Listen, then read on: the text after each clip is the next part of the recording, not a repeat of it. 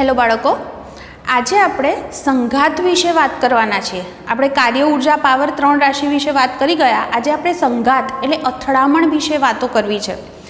બે પદાર્થ હોય, બે એકબીજા સાથે અથડાતા હોય તો એ દરમિયાન અલગ અલગ રાશિ જેમ કે વેગમાન હોય, ગતિ ઉર્જા હોય, કુલ ઉર્જા હોય તો ક્યારે કઈ રાશિનું સંરક્ષણ થતું હોય છે એ વસ્તુ મારે તમને સમજાવી છે। સંરક્ષણ થવું એનો અર્થ બધા જ જાણો છો કે એ રાશિ જે છે એ સમય સાથે અચળ રહે તો એનું સંરક્ષણ થયું છે એમ કહેવાય। આપણે બે પ્રકારના સંઘાત વિશે વાત કરવાના છીએ। એક છે સ્થિતિસ્થાપક સંઘાત અને બીજા છે અસ્થિતિસ્થાપક સંઘાત। શું તફાવત છે બે વચ્ચે એ પણ હું તમને કહીશ। પહેલી આટલી વાત કરું કે દાખલા તરીકે અહીંયા આગળ પહેલાં આપણે આવું વિચારીએ કે આ જે છે યામાક્ષ પદ્ધતિ, આ એક્સ અક્ષ છે, આ વાય અક્ષ છે। દાખલા તરીકે મારી પાસે અહીંયા આગળ આ એક પદાર્થ પડ્યો છે। એ પદાર્થ જે છે એ એક્સ દિશામાં v1 વેગથી ગતિ કરી રહ્યો છે। અહીંયા આગળ બીજો પદાર્થ પડ્યો છે, આનું દળ હું m1 કહું તો આનું દળ m2 છે અને આ પદાર્થ સ્થિર છે, એનો મતલબ એનો વેગ 0 છે। જ્યારે એમની વચ્ચે સંઘાત થાય ત્યારે આવી સ્થિતિ થઈ શકે, એક પદાર્થ આમ જાય છે, બીજો આમ જાય છે એવું વિચારીએ તો આનો વેગ હું v1 ડેશ કહું અને બીજો જે પદાર્થ છે એનો વેગ v2 ડેશ, એટલે આ સંઘાત પછીના વેગ છે। અને એક્સ અક્ષ સાથે એમણે બનાવેલા ખૂણા અનુક્રમે θ1 અને θ2 છે। આવું આપણે આ જે છે એને સંઘાત થયો છે એમ આપણે કહી શકીએ। મારે અહીંયા આગળ તમને એ સમજાવવું છે કે ક્યારે, એક તો આપણે એક પરિમાણમાં સંઘાત વિશે વાત કરશું અને દ્વિપરિમાણમાં। આજે આપણે માત્ર એક પરિમાણમાં વાત કરવાના છીએ।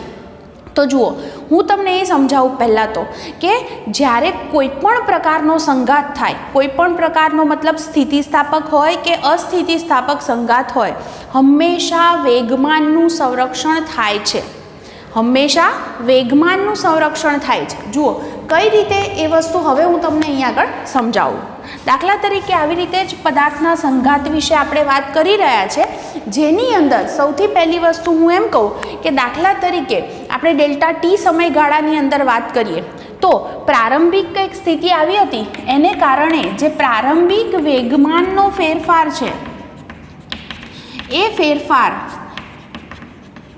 એને હું ડેલ્ટા P1 થી દર્શાવું તો તમને યાદ છે ન્યૂટનનો ગતિનો બીજો નિયમ છે એ શું લખીએ છીએ, F = dp/dt, એટલે વેગમાનમાં સમય સાથે થતો ફેરફાર એટલે બળ, અને વેગમાન એટલે તમને યાદ હશે P = m × v, દળ અને વેગનો ગુણાકાર એને વેગમાન કહેવાય। તો જુઓ અહીંયા આગળ હું કહું કે વેગમાનમાં થતો ફેરફાર એને આપણે બળ કહી શકીએ।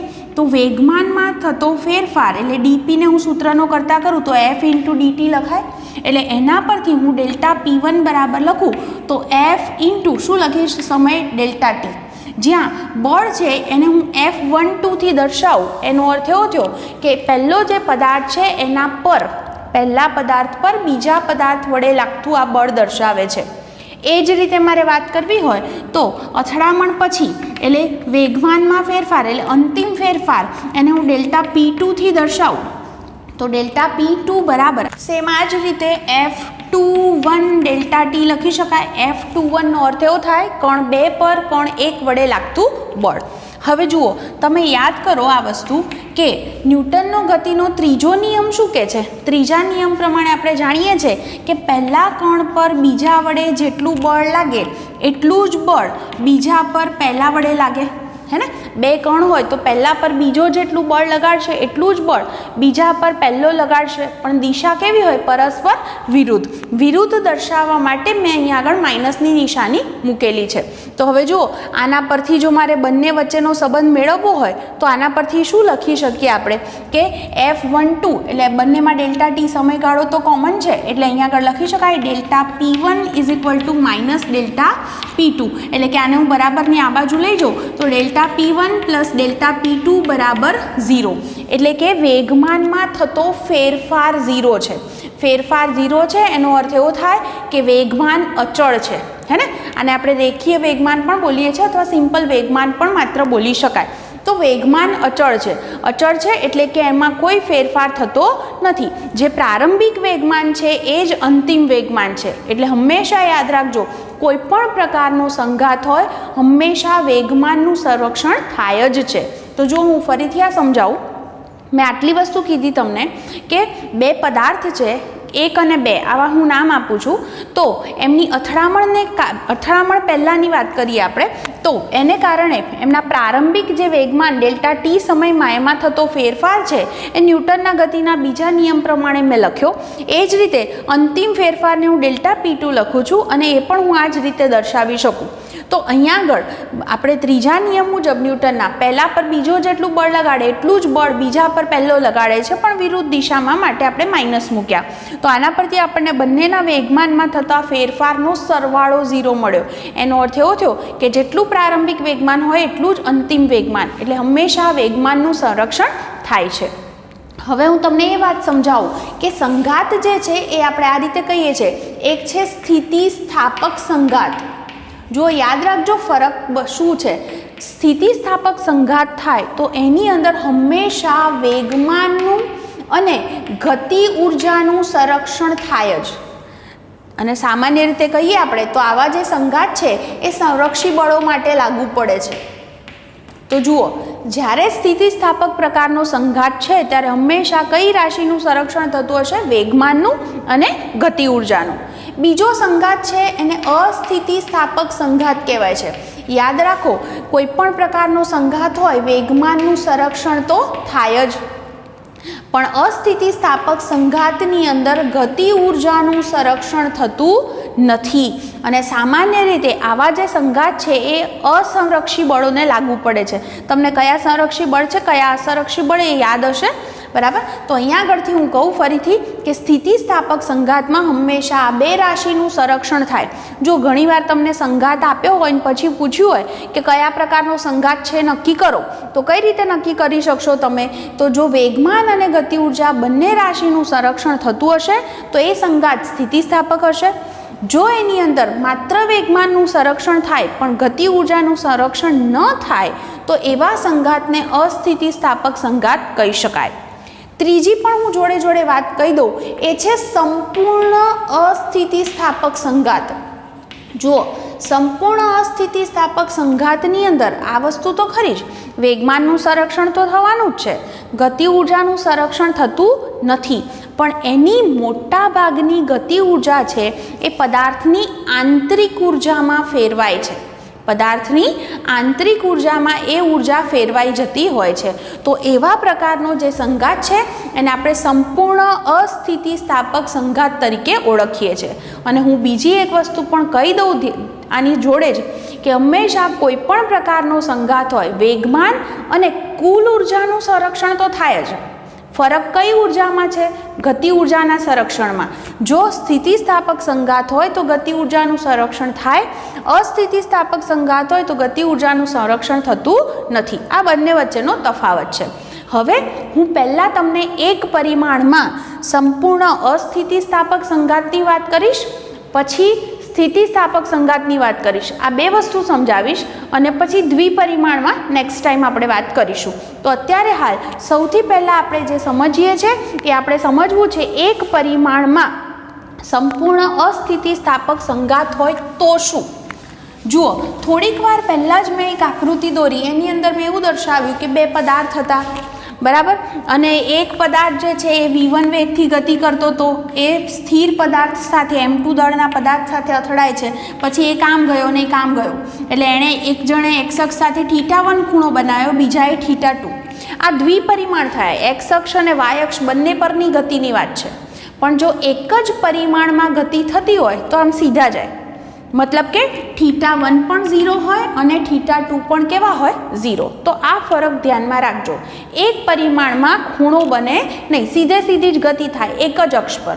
હાલ હું માત્ર x અક્ષ પર ગતિ વિચારું છું, તો હાલ હું પહેલી જે વાત કરું છું એ આ વસ્તુ છે કે એક પરિમાણમાં કેવો સંઘાત લઈએ છીએ આપણે? સંપૂર્ણ અસ્થિતિસ્થાપક સંઘાત. ચલો, આની અંદર મારે તમને એ સમજાવવું છે કે આવો સંઘાત થાય તો સંઘાત પછી જે વેગ જાણવો હોય તો એ વેગ તમે કઈ રીતે નક્કી કરી શકો છો. તો દાખલા તરીકે અહીંયા આગળ આપણે આવી વાત કરીએ કે ફરી પાછું હું આ જ વસ્તુ, એક પરિમાણ છે એટલે આમ સીધી જ ગતિ થવાની છે.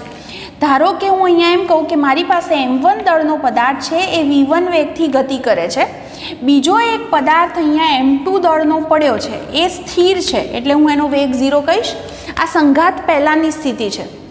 જ્યારે સંઘાત સંપૂર્ણ અસ્થિતિસ્થાપક હોય ત્યારે આવું થશે. આ પહેલો જે પદાર્થ છે એ આ બીજા પદાર્થ સાથે ચોંટી જશે અને બંને જે છે એ ભેગા એટલે આમ સંયુક્ત આવું વિચારી શકું. એટલે આનું જે દળ છે ટોટલ શું થઈ જાય m1 + m2 થઈ જશે અને પોતે જે છે એ કોઈક v ફાઇનલ એવા વેગથી ગતિ કરશે. આવો જે સંઘાત છે એને સંપૂર્ણ અસ્થિતિસ્થાપક સંઘાત કહેવાય. કહેવાનો અર્થ હું તમને એક ઉદાહરણ આપું તો વધારે ખ્યાલ આવે. દાખલા તરીકે એક બ્લોક પડ્યો છે સ્થિર અને એક બંદૂકની ગોળી આવે છે. તો ગોળી શું થાય, એ ગોળી આ બ્લોકની અંદર ઘૂસી જશે અને પછી એ પોતે કંઈક વેગથી આવે છે એટલે પોતાનું વેગમાન આને આપશે એટલે આ બ્લોક પણ પોતે આમ ગતિ કરશે પણ ગોળી અને બંને ભેગા હશે. તો એ સંઘાત પછી એમનો વેગ શું હશે v ફાઇનલ એ આપણે શોધી શકીએ. તો જુઓ આપણને એટલી તો ખબર પડી ગઈ કે આ સંઘાત કયા પ્રકારનો છે, સંપૂર્ણ અસ્થિતિસ્થાપક. તો એક વસ્તુ તો નક્કી છે, કઈ રાશિનું સંરક્ષણ થવાનું છે, વેગમાન. તો વેગમાન સંરક્ષણના નિયમ મુજબ હંમેશા આવું લખાય, પ્રારંભિક વેગમાન બરાબર અંતિમ વેગમાન. જુઓ પ્રારંભિક વેગમાન બરાબર અંતિમ વેગમાન. એક પરિમાણમાં ગતિ છે એટલે ઉપર સદિશ દોરવાની જરૂર નથી. ઓકે, ચલો પ્રારંભિક વેગમાન એટલે પહેલાંનું વેગમાન, વેગમાન એટલે દળ ગુણ્યા વેગ પ્લસ બીજાનું વેગમાન એટલે m2 v2 પણ v2 કેવા છે 0 બરાબર અંતિમ વેગમાન, અંતિમ બે ભેગા થઈ ગયા એટલે દળ શું થઈ ગયું ટોટલ m1 + m2 અને બંનેનો કોમન વેગ છે vf. ચલો તો હું vf ને સૂત્રનો કરતા કરું તો ફાઇનલ વેગ શું થયો કહેવાય m1 v1 upon m1 + m2. આવું આપણે બોલી શકીએ. તો જુઓ અહીંયા આગળ ફાઇનલ વેગ જે છે એ અથડામણ પછીનો આટલો હશે, આ આપણે નક્કી કરી શકીએ. તો મેં માત્ર શું કર્યું છે, વેગમાન સંરક્ષણના નિયમનો ઉપયોગ કર્યો છે. તમને કદાચ એમ થાય કે આ પદાર્થ સ્થિર ન હોય અને એ પણ v2 વેગથી ગતિ કરતો હોત તો શું થાત, અહીંયા આગળ કયું પદ આવત m2 અહીંયા v2 આવત. તો તમારો જવાબ શું થાત, v ફાઇનલ બરાબર m1 v1 + m2 v2 અને એના છેદમાં m1 + m2 આવત. તો એ રીતે પણ આપણે ફાઇનલ વેગ શોધી શક્યા હોત. તો અત્યારે હાલ હું સરળતા ખાતર પહેલો આ કિસ્સો લઉં છું કે આ પદાર્થ જે છે એ સ્થિર પડેલો છે એટલે કે v2 કેવા છે 0 એટલે આ પદ હાજર નથી. તો અથડામણ પછી આટલો વેગ છે. તો હવે થયું શું જુઓ, ગતિ ઉર્જા છે આપણને એટલી તો ખબર પડી કે ગતિ ઉર્જાનું સંરક્ષણ થશે નહીં. તો આપણે સાબિત કરીએ કે ગતિ ઉર્જામાં ફેરફાર થાય છે. જો પ્રારંભિક અને અંતિમ ગતિ ઉર્જા સરખી નથી તો એનો અર્થ એવો થાય કે એનું સંરક્ષણ થતું નથી. તો જુઓ અહીંયા આગળથી આવું કહી શકાય કે પહેલાં ગતિ ઉર્જામાં થતો ફેરફાર લખીએ તો ડેલ્ટા કે. કેટલો ફેરફાર છે, આ ફેરફાર મારે શોધવો છે. તો ફેરફાર શોધવા માટે આપણે બંનેનો તફાવત લેવો પડે. કેટલો ફેરફાર થયો, તો હું એક કામ કરું, અંતિમ ઓછા પ્રારંભિક લઉં અથવા ફેરફાર જ છે તો આપણે એવું પણ કરી શકીએ કે પ્રારંભિક ગતિ ઉર્જા માઇનસ અંતિમ ગતિ ઉર્જા કરી દઈએ તો એ ચાલે. તો કેટલો તફાવત છે મળે, મૂળ આપણે તફાવત જ શોધવો છે કે ગતિ ઉર્જામાં શું ફેર પડ્યો. જુઓ બરાબર અહીંયા આગળ જુઓ પ્રારંભિક ગતિ ઉર્જા એટલે પહેલાંની ગતિ ઉર્જા વત્તા બીજાની ગતિ ઉર્જા. પહેલાંની ગતિ ઉર્જા શું થાય 1/2 m1 v1² થાય પ્લસ બીજાની ગતિ ઉર્જા એટલે 1/2 m2 v2². પણ v2 કેવા છે 0 એટલે લખવાની જરૂર નથી. માઇનસ અંતિમ ગતિ ઉર્જા એટલે 1/2 mv². m એટલે કેટલું દળ છે ટોટલ m1 + m2 અને વેગ શું છે vf એટલે vf² થશે. હવે જુઓ બંનેની અંદર હું 1/2 ને તો કોમન લખી દઉં છું. પહેલું પદ જે છે m1 v1² માઇનસ હવે એક કામ કરીએ અહીંયા આગળ આપણે m1 + m2 એમને એમ રહેવા દઉં અને vf² એટલે vfની કિંમત આ છે તો હું આનો સ્ક્વેર કરીને એની કિંમત મૂકી દઉં તો શું થાય m1² v1² upon m1 + m2² થશે. તો જુઓ એક m1 + m2 કેન્સલ થઈ જાય અને બંનેની અંદરથી જુઓ m1 v1² કોમન નીકળશે તો શું વધે 1/2 તો હતા જ m1 v1² કોમન નીકળ્યા અહીંયાથી વધ્યો 1 માઇનસ જોજો બરાબર અહીંયાથી m1 + m2 એક કેન્સલ થઈ ગયા છે એટલે છેદમાં એક m1 + m2 વધ્યા છે. બીજું વસ્તુ m1v1² કોમન છે એટલે ઉપર એક m1 પણ વધશે, તો સાદુરૂપ શું આવશે? 1/2 m1v1². લસા લઉં તો ઉપર m1 + m2 થશે, માઇનસ m1 તો ખરા, અને નીચે m1 + m2. જુઓ m1 અને m1 કેન્સલ, શું જવાબ આવ્યો આપણો? 1/2 m1 m2. m2 મેં આગળ લખી દીધા, v1² અપોન m1 + m2. આટલો ગતિ ઉર્જામાં ફેરફાર થશે અને જવાબ જુઓ પ્લસમાં આવ્યો છે, એટલે એનો અર્થ એવો થયો કે પ્રારંભિક ગતિ ઉર્જા વધારે છે અને અંતિમ ગતિ ઉર્જા ઓછી છે, તો જ જવાબ પ્લસમાં આવે. તમે અંતિમ ઓછા પ્રારંભિક કર્યું હોત તો જવાબ માઇનસમાં આવત. એનો અર્થ એવો થાય કે અંતિમ ગતિ ઉર્જા ઓછી અને પ્રારંભિક વધારે, બંનેનો મિનિંગ સરખો જ છે. કહેવાનો અર્થ અહીંયા આગળ એ છે કે અથડામણ પછી જે છે એ ગતિ ઉર્જા જે છે એ ગતિ ઉર્જામાં ફેરફાર આટલો થયો છે એમ કહેવાય. જો ફેરફાર ન થયો હોત, પ્રારંભિક અને અંતિમ ગતિ ઉર્જા સરખી જ હોત, તો બાદબાકીનો જવાબ 0 મળ્યો હોત. પણ અહીંયા આગળ સમજી શકો છો કે સંઘાત અસ્થિતિસ્થાપક છે, તો એની અંદર ગતિ ઉર્જાનું સંરક્ષણ થતું નથી, એટલે કે પ્રારંભિક અને અંતિમ ગતિ ઉર્જા સમાન મળતી નથી. પ્રારંભિક ગતિ ઉર્જા વધારે છે, અંતિમ ગતિ ઉર્જા ઓછી થઈ ગઈ, એટલે કે ઉર્જા જે છે એનો વ્યય થયો છે એમ કહી શકાય. એક સ્વરૂપમાંથી બીજા સ્વરૂપમાં એનું રૂપાંતરણ થતું હોય. તો અહીંયા આગળથી તમને આ વસ્તુ ખબર પડી ગઈ હશે. વસ્તુ મેં આટલી સમજાવી કે કોઈ પણ સંઘાત હોય વેગમાનનું સંરક્ષણ તો થાય જ, એટલે પ્રારંભિક વેગમાન બરાબર અંતિમ વેગમાન કહી શકાય. તો આના પરથી આપણે અહીંયા આગળ ફાઇનલ વેગ શું હશે એ નક્કી કર્યો. ત્યારબાદ ગતિ ઉર્જામાં શું ફેરફાર છે એ શોધવા પ્રારંભિકમાંથી અંતિમ બાદ કરી. ગતિ ઉર્જા કહું એટલે 1/2 mv² સૂત્ર ખાલી મગજમાં રાખવાનું અને પછી માત્ર આપણે એની કિંમતો મૂકી અને સાદુરૂપ આપ્યું છે. એક બીજી વસ્તુ આપણી ટેક્સ્ટબુકની અંદર નથી, પણ હું એક ખાલી વધારાની વસ્તુ કહી દઉં.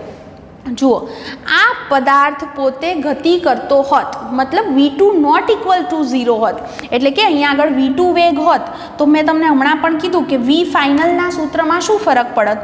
m1v1 + m2v2 upon m1 + m2 આવત.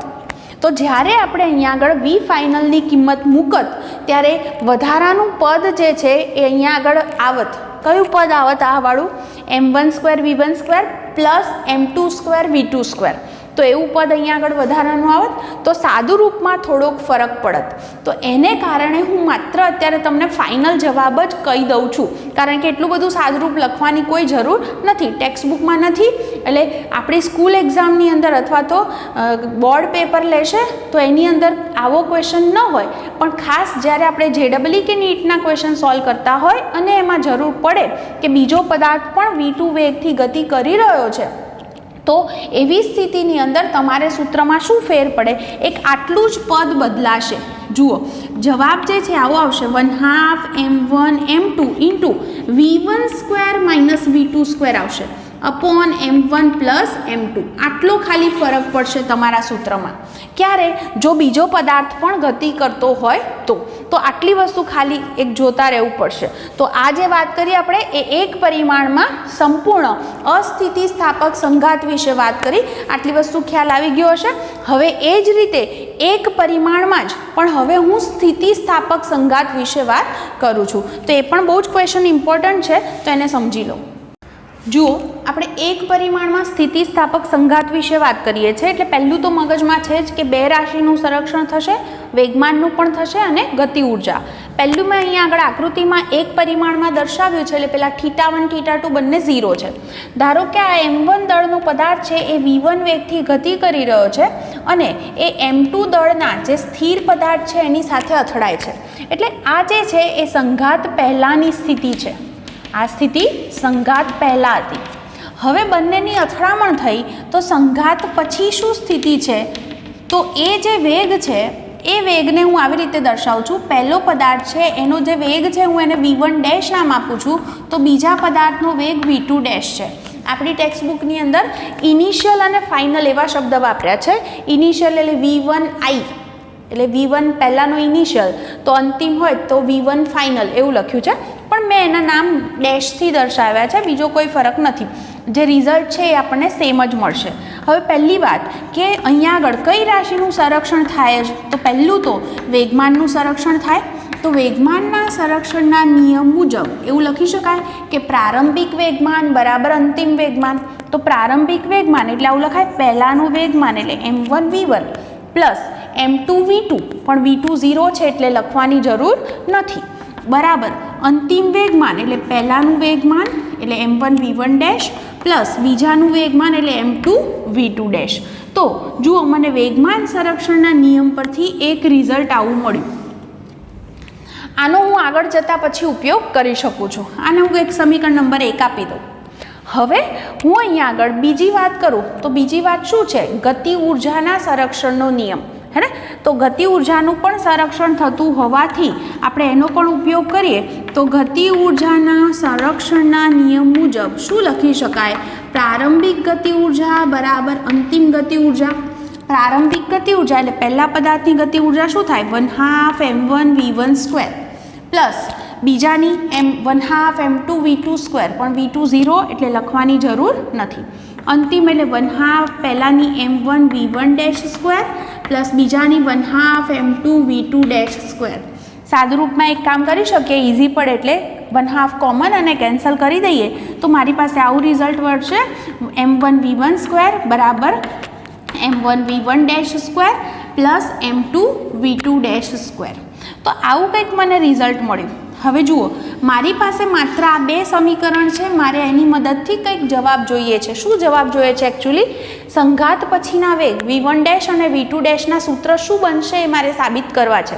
તો જુઓ એક કામ કરી શકીએ આપણે, આમાં સ્ક્વેરવાળા પદ છે તો હું એવું કરું પહેલાં કે આમાંથી હું m1 વાળા પદ એક બાજુ લઈ જાઉં, બરાબર, અને પછી એની અંદરથી જો આને v2 વડે ગુણી દઈએ તો અહીંયા આગળ એનો સ્ક્વેર થઈ જશે, બે બાજુ ગુણી દઈએ તો, અને પછી આપણે એની કિંમત આની અંદર મૂકી શકીએ. તો જુઓ ને હું અહીંયા m1 વાળા પદ આ બાજુ ભેગા કરું તો આ પદ અહીંયા આવે એટલે માઇનસ થાય, એટલે શું આવે? m1 × v1 - v1 બરાબર m2v2 થાય.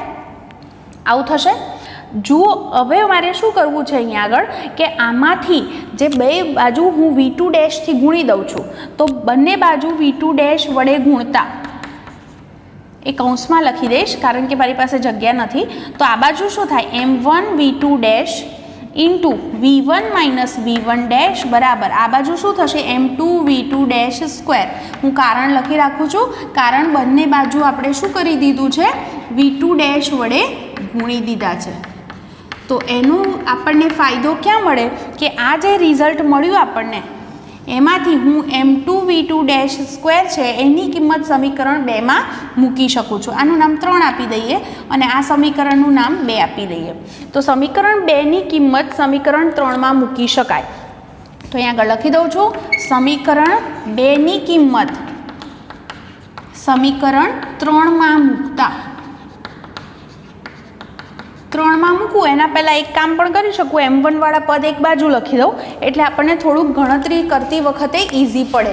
તો જુઓ અહીંયા આગળથી આવું થશે, અહીંયા આગળથી m1 કોમન નીકળશે એટલે શું વધ્યું હશે? v1² - v1 ઓકે, આ ખાલી મેં આ બાજુ લઈ લીધું. અને m2v2² છે એની જગ્યાએ હું આ કિંમત લખી શકું છું. શું લખી શકું છું? m1 × v2 × v1 - v1 આવું રિઝલ્ટ મળ્યું આપણને. હવે જોજો બરાબર, એક કામ કરીએ આપણે, બે બાજુથી m1 અને m1 ને તો કેન્સલ કરી શકીએ. આ જે છે a² - b² હોય તો એના બે ભાગ પડે, a - b × a + b. તો હું એવું સાદુરૂપ આપું તો આવું થાય v1 - v1 × v1 + v1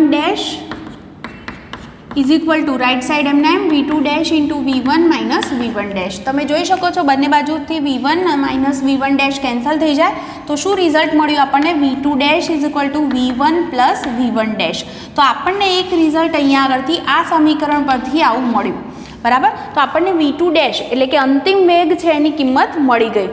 તો અહીંયા આગળ હજી પણ આનું વધારે સાદુરૂપ આપવા માટે આપણે એક કામ કરીએ કે v2 ની આ કિંમત છે એ સમીકરણ નંબર 1ની અંદર મૂકી દઈએ. તો શું થશે? અહીંયા આગળ જુઓ, સમીકરણ 1માં મૂકતા જુઓ સમીકરણ 1ની અંદર મૂકું તો ફરી પાછા હું m1 વાળા પદ એક જ બાજુ લખીશ એટલે m1 કોમન હશે અને v1 - v1 વાળું પદ હશે બરાબર m2 એમના એમ અને V2 ડેશની જગ્યાએ શું લખી નાખીશ V1 પ્લસ V1 ડેશ, આવું રિઝલ્ટ મળશે. યાદ રાખો આપણે મેળવવું શું છે, V1 ડેશ શોધવો છે. તો ફરી પાછું અહીંયા આગળ આ સાદરૂપને આવું લખું તો M1 V1 બરાબર માઇનસ M1 V1 ડેશ બરાબર ખાલી મેં કૌંસ ખોલી દીધો M2 V1 plus M2 V1 dash. આમાંથી હવે V1 ડેશવાળા પદ એક બાજુ ભેગા કરીએ કારણ કે V1 ડેશ શોધવો છે માટે. તો હું આ V1 ડેશવાળું પદ રાઈટ સાઈડ લઈ જાઉં તો આ વાળું પદ અહીં આવે તો શું લખાય M1 V1 આ માઇનસ M2 V1 થશે અને આપણે આ બાજુ લઈ ગયા અને આને બરાબરની આ બાજુ લઈ જાઓ એટલે પ્લસ થઈ જાય એટલે M2 V1 dash plus M1 V1 dash. આમાંથી V1 ડેશ કોમન કાઢી લો અને આમાંથી V1 કોમન નીકળે એટલે M1 minus M2 into V1 બરાબર M1 plus M2 into V1 dash. તો હું V1 ડેશને સૂત્રનો કરતા કરું તો M1 પ્લસ M2 ક્યાં આવશે છેદમાં. એટલે બીજો જે પદાર્થ છે એનું અથડામણ પછીનો વેગ શું હશે તો M1 minus M2 V1 upon M1 plus M2. તો અથડામણ પછી બીજા પદાર્થ પહેલા પદાર્થનો વેગ મળી ગયો. હું V1 ડેશની કિંમત સમીકરણ 4માં મૂકી દઉં તો V2 ડેશ પણ મને મળી શકે. તો આ કિંમત ફરી પાછું હું શું કરીશ સમીકરણ 4માં મૂકતા જુઓ સમીકરણ 4માં મૂકીએ એટલે આપણને શું રિઝલ્ટ મળશે લખીએ આપણે તો V2 ડેશ બરાબર છે શું સૂત્ર V1 પ્લસ V1 ડેશ છે જેમાં V1 ડેશની કિંમત આપણે આ શું શોધી છે M1 minus M2 V1 upon M1 plus M2. જોઈ શકો છો M1 પ્લસ M2 લસા થશે તો અહીંયા હું V1 સાથે ગુણું તો પહેલું પદ શું આવશે M1 V1 plus M2 V1 અહીંયા ગુણ્યા પ્લસ જુઓ આ કૌંસ ખોલી દઈએ V1 ને અંદર ગુણીએ તો M1 V1 minus M2 V1. જોઈ શકો છો M2 V1 અને M2 V1 કેન્સલ થશે અને શું કોમન નીકળશે આની અંદરથી અહીંયા M1 V1 plus M1 V1 એટલે 2M1 V1 થશે અપોન M1 પ્લસ M2. આ આપણો જવાબ છે કોના બરાબર આવ્યો V2 ડેશ. તો સંઘાત પછી બીજા પદાર્થનો વેગ તમને આટલો મળ્યો. તો જુઓ ખાસ અહીંયા આગળ આજે આખું સાદુરૂપ હતું બરાબર સમજી લેજો. માત્ર આપણે આટલા જ સ્ટેપ મગજમાં રાખીએ તો ખબર પડી જાય. સ્થિતિસ્થાપક સંઘાત છે એટલે એની અંદર બે રાશિનું સંરક્ષણ થાય વેગમાનનું અને ગતિ ઉર્જાનું. વેગમાનનું સંરક્ષણ થશે ત્યારે પ્રારંભિક વેગમાન બરાબર અંતિમ વેગમાન લખ્યું. એમાંથી મેં M1 વાળા પદ એક બાજુ ભેગા કરી લીધા અને બંને બાજુ V2 ડેશ વડે ગુણી દીધા. તમને એમ થાય કે મારે V1 ડેશથી ગુણવા છે તોય ચાલે. આપણો ખાલી મતલબ એટલો હતો કે જ્યારે ગતિ ઉર્જા સંરક્ષણનો નિયમ લખીએ તેમાંથી આ અથવા આ પદ કોઈ એકની કિંમત અહીંયાથી મળી શકે તો સાદુરૂપ શક્ય છે. તો એ મેળવવા માટે ગતિ ઉર્જાના સંરક્ષણના નિયમમાં આમાંથી M2 V2 ડેશને સૂત્રનો કરતા કર્યા હતા એની કિંમત અહીંયા મૂકી દીધી. એના પછી આપણે એક કામ કર્યું કે આપણું જે સાદુરૂપ આવ્યું એની અંદર V1 square minus V1 dash square પદ છે એને આ રીતે લખી શકાય A minus B into A plus B. એનો આપણે ઉપયોગ કર્યો તો V2 ડેશની કિંમત મળી ગઈ. એને ફરી પાછી આપણા પહેલા જ સમીકરણની અંદર મૂકી દીધી. તો એની મદદથી આપણે V1 ડેશને ખાલી સૂત્રનો કરતા કર્યો છે અને V1 ડેશ મળી જાય એને સમીકરણ 4માં મૂકી દો તો V2 ડેશ મળી જશે. તો એનો અર્થ કે સંઘાત પછી બંને પદાર્થના વેગ તમને આ રીતે મળશે આવું તમે કહી શકો. હવે તમને આ વસ્તુ સમજાઈ ગઈ હશે આ રીતે લખી પણ લેજો. હવે જુઓ આના પછી એના ખાસ કિસ્સા મેળવવા છે પણ એના માટે હું ફરી પાછા આ વેગ જે મેં મેળવ્યા છે ઓલરેડી એને હું લખી રાખું છું M1 minus M2 V1 upon M1 plus M2 સૂત્ર આવ્યું છે તો V2 ડેશ બરાબર આવ્યા છે 2M1 V1 upon M1 plus M2. હવે આ વસ્તુનો હું ઉપયોગ કરીશ અને જ્યારે આવો સંઘાત હોય ત્યારે એના ખાસ કિસ્સા આપણે જે છે બે કિસ્સા વિશે અત્યારે હાલ આપણે વાત કરવાના છીએ બરાબર. જુઓ એની અંદર પહેલો કિસ્સો આપણે આવી વાત કરીએ કે દાખલા તરીકે બંને પદાર્થના દળ સરખા હોય એટલે બે સરખા દળના પદાર્થ એકબીજા સાથે અથડાય તો એટલે M1 અને M2 સરખા છે તો શું રિઝલ્ટ મળે જોજો બરાબર. જો પહેલા પદાર્થનું જેટલું દળ છે એટલું જ બીજા પદાર્થનું દળ છે. પહેલાનો વેગ V1 છે બીજો સ્થિર છે. આ કન્ડિશન એમની એમ જ રાખી છે. તો સંઘાત પછીના વેગ V1 ડેશ અને V2 ડેશ શું મળે એ આપણે આમાં મૂકીએ. જુઓ ને V1 ડેશ બરાબર આમાં મૂકો M1 બરાબર M2 એટલે M2ની જગ્યાએ હું M1 લખી શકું તો M1 અને માઇનસ M2 બે સરખા હોય તો બાદબાકીનો જવાબ શું આવે 0. એટલે એનો અર્થ એવો થયો કે આ V1 ડેશ શું થઈ ગયો 0. તો V2 ડેશ શું આવશે જુઓ ને, V2 ડેશ બરાબર હું આમાં કિંમત લખું 2m1 V1 અપોન m2નું નામ પણ હું m1 જ આપું તો નીચે m1 પ્લસ m1 કેટલા થઈ જાય 2m1 થઈ જાય. તો આ કેન્સલ થવાથી V2 ડેશ બરાબર આવ્યા V1. તો જુઓ તો બરાબર ધ્યાનથી, સંઘાત પહેલાં V1 વેગ પહેલાંનો હતો અને બીજાનો 0 હતો. સંઘાત પછી પહેલાંનો વેગ 0 થઈ ગયો અને બીજાનો V1 થયો. આનો અર્થ એવો કહેવાય કે બંને પદાર્થના વેગની અદલા બદલી થઈ. જોયું તમે? દાખલા તરીકે આપણે એમ કહીએ કે એક પદાર્થ સ્થિર પડ્યો છે, બીજો પદાર્થ ધારો કે અહીંયા 1 કિલોગ્રામનો એક બોલ છે, બીજો પણ 1 કિલોગ્રામનો બોલ છે. આ બોલ પહેલો બોલ 5 મીટર પર સેકન્ડના વેગથી આવે છે, બીજો સ્થિર પડ્યો છે. તો તમને એમ કે અથડામણ પછી બંનેના વેગ શું હશે? તો જો સમાન દળ હોય તો સીધું જ આપણે કહી શકીએ બંનેના વેગની અદલા બદલી થશે. અદલા બદલી થશે એટલે એનો અર્થ એવો થયો કે પહેલો જે છે એ સ્થિર થઈ જશે અને બીજો પદાર્થ 5 મીટર પર સેકન્ડના વેગથી ગતિ કરશે. આ રીતે આપણે એને સમજાવી શકીએ. ચલો બીજો કિસ્સો જે છે એની પણ વાત કરું, જેમાં હું એમ કહું કે m2 is very greater than m1. એનો અર્થ એવો થયો કે બીજો પદાર્થ બહુ ભારે છે જે ઊભો છે અને એની સાથે એક હલકો પદાર્થ અથડાય છે. હું તમને એવું કહું કે એક હાથી ઊભો હોય અને કીડી આવીને અથડાય તો શું થાય? આવી કંઈક સ્થિતિ વિચારી શકો. તો એવી સ્થિતિની અંદર અહીંયા આગળ હું V1 ડેશ અને V2 ડેશની કિંમતો શું થશે એ વિચારજો. જુઓ, હંમેશા સરવાળો કે બાદબાકી હોય તો એની અંદરથી નાની કિંમત હોય એને આપણે અવગણી શકીએ.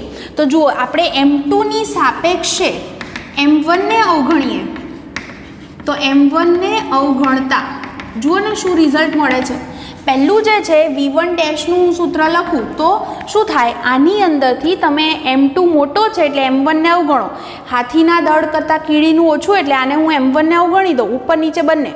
સરવાળા બાદબાકીમાંથી જ હંમેશા અવગણાય, ગુણાકાર ભાગાકારમાંથી નહીં, કારણ કે એનાથી જવાબમાં ફરક પડે. જ્યારે કોઈક વસ્તુ નાની સરવાળા કે બાદબાકીમાં ઉમેરાય તો જવાબને કોઈ અસર થતી નથી. હાથીના દળમાં કીડીનું દળ ઉમેરાય કે બાદ થાય, જવાબમાં કોઈ મોટો ફેર પડે નહીં. પણ બંનેના દળનો હું ગુણાકાર કે ભાગાકાર કરું તો જવાબ બહુ બદલાયેલો મળે. આ રીતે તો જુઓ, અહીંયાથી હું m1ને અવગણું તો શું થયું? -m2 અપોન m2 કેન્સલ, એટલે જવાબ શું આવ્યો? -V1. ઓકે, અને V2 ડેશ શું આવશે? V2 ડેશ બરાબર 2m1, એટલે m1 ઉપર અંશમાં છે એને તો આપણે અવગણીએ નહીં, બરાબર? ગુણાકારમાં છે એટલે કંઈક ફરક આવશે. છેદમાં જે છે એને હું અવગણી દઉં તો આ જે છે શું આવશે? 2m1 આવું થશે, 2m1 upon m2 into V1. આવું સૂત્ર મળ્યું. તો જોજો બરાબર અહીંયા આગળ કે આપણો જે અહીંયા આગળ m1 અપોન m2 છે આ ભાગાકારનો જવાબ કેવો થશે? ખૂબ જ નાનો, કારણ છેદ બહુ મોટો છે. કીડીના દળને હાથીના દળથી ભાગી દો તો જવાબ તમારો ખૂબ જ નાનો આવે, કહી શકાય 0.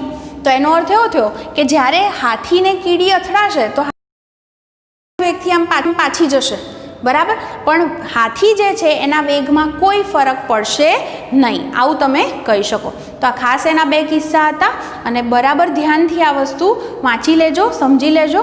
તમને આ વસ્તુ ખ્યાલ આવી ગયો હશે અને આનો ઉપયોગ આગળ જતાં આપણે કરીશું.